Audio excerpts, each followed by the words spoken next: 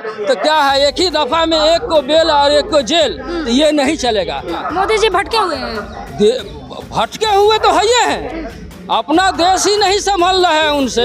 जब अपने देश में कोई दाढ़ी वाला टोपी वाला सेफ नहीं है, कोई ट्रेन में सेफ नहीं है, कोई बिजनेस नहीं कर सकता, कोई साइकिल से नहीं जा सकता, कार से जा रहा है उसको कार खुलवा के उसको मारा जा रहा है, पीटा जा रहा है, तो ये क्या कर रहे हैं? कैसे राजा है आप?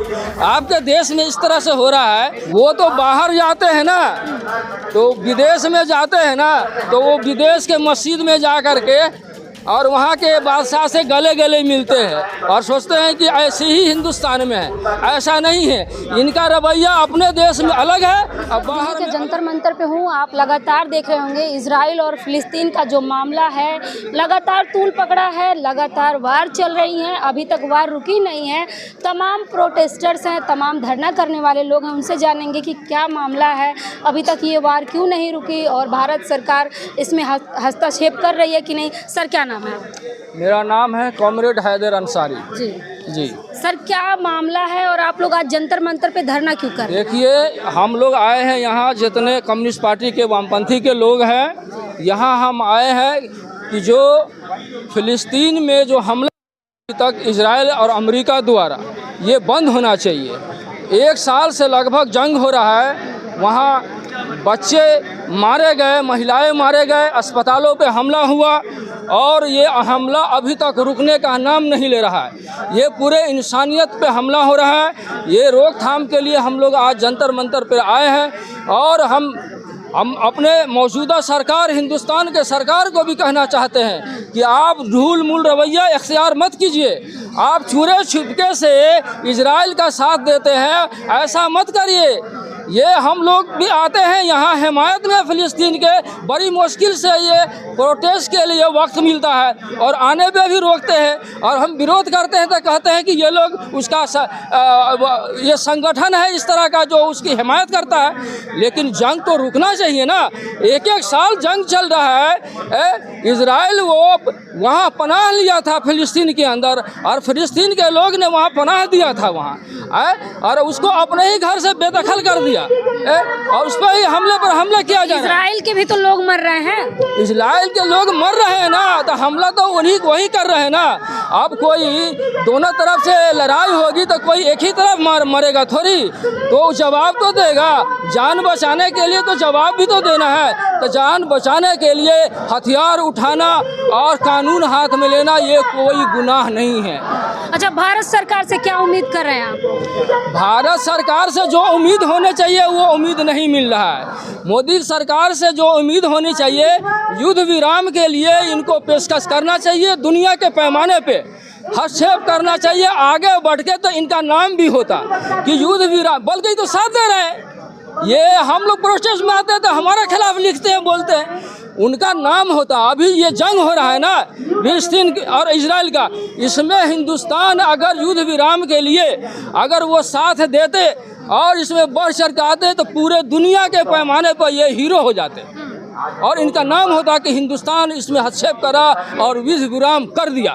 तो हम तो चाह रहे हैं कि आप युद्ध विराम कीजिए, अपने भी देश में आप अमन चैन बहाल करिए। तो युद्ध को बढ़ावा कौन दे रहा है? और युद्ध को बढ़ावा दे रहा है अमेरिका दे रहा है, इजराइल का साथ दे रहा है। वो जो दो देश है उनका इजराइल के साथ, वो बिजनेस का पार्टनर है ना।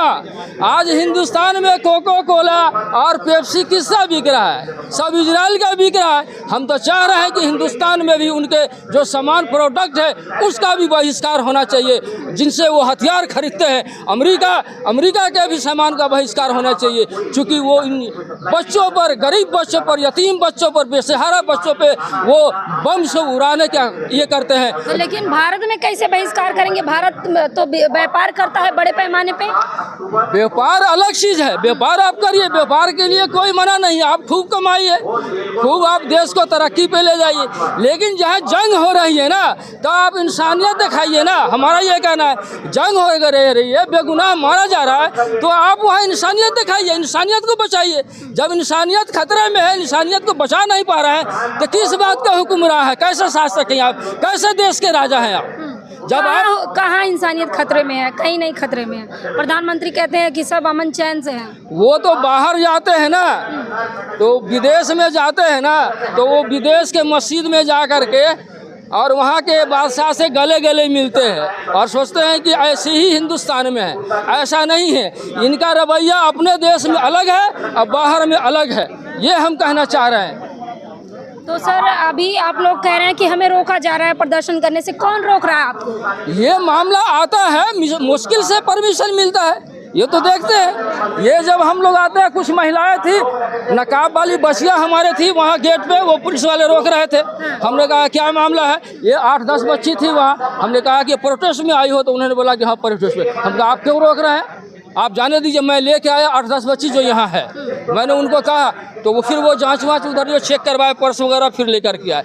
तो ये तो हो रहा है, ये वो वहाँ पर एक तैनात है एक पुलिस वाले, वो रोकते हैं वहाँ। कुछ महिलाओं ने नकाब उसको रोक दिया वहाँ हमारे सामने। मैं लेके आया। नकाब और हिजाब देख के यहाँ पे पुलिस वाले भी रोकते हैं। वो देखते हैं ना कि ये फिलिस्तीन के समर्थन में है, तो फिलिस्तीन के समर्थन में कोई हम नाजायज आ रहे हैं क्या? उस पर हमला हो रहा है, अत्याचार हो रहा है, तो यही तो हम कह रहे हैं, आपसे अपील कर रहे हैं। हम तो वहाँ नहीं जा नहीं सकते, सरकार ही कर सकती है ना, खिलाफ नहीं जा रहे हैं। अगर देश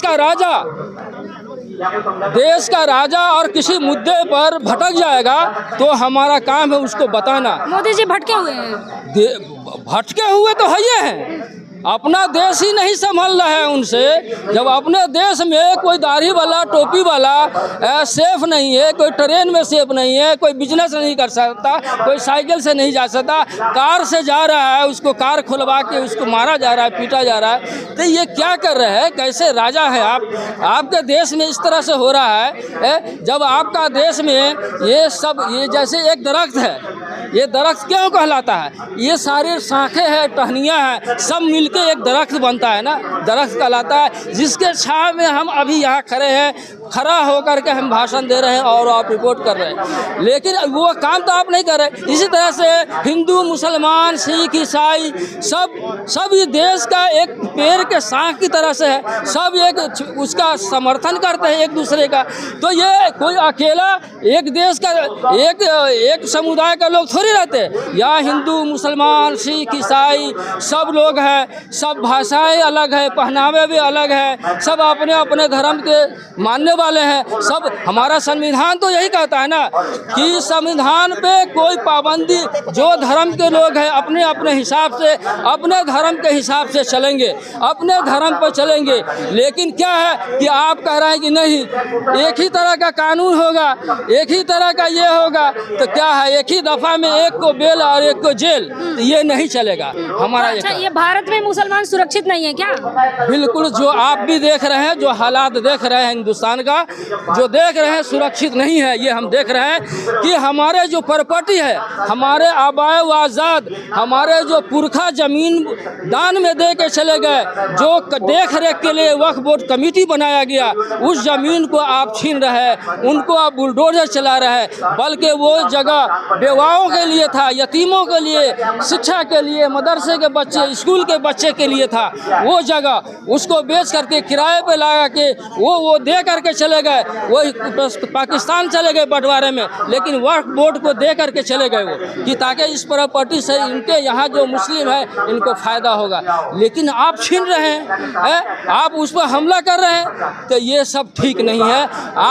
आप जो चीज़ दे नहीं सकते, आप एक झुग्गी बना के नहीं दे सकते, एक आप 10 गज जमीन नहीं दे सकते, उसको आपको छीनने का अधिकार आपको हिंदुस्तान का जो बाबा साहब अम्बेडकर ने संविधान बना के दिया है वो आपको इजाज़त नहीं देती है। वो आप हिंदुस्तान के रूल और कानून और संविधान के खिलाफ जा रहा है। ये यहाँ के हिंदुस्तान को ये कबूल नहीं है, ये हमारा कहना है। ठीक है, तो देखिए फिलिस्तीन के समर्थन में ये प्रोटेस्ट है, तमाम लोग हैं कह रहे हैं कि इंसानियत जिंदा रहनी चाहिए। अब जो है तमाम भारत के लोग कह रहे हैं कि इंसानियत के पक्ष में इंसानियत दिखानी चाहिए प्रधानमंत्री मोदी को, और तमाम ये लोग हैं जो फिलिस्तीन के समर्थन में प्रोटेस्ट कर रहे हैं। आपको क्या लगता है? कमेंट बॉक्स में अपनी प्रतिक्रिया में जरूर दीजिएगा। धन्यवाद।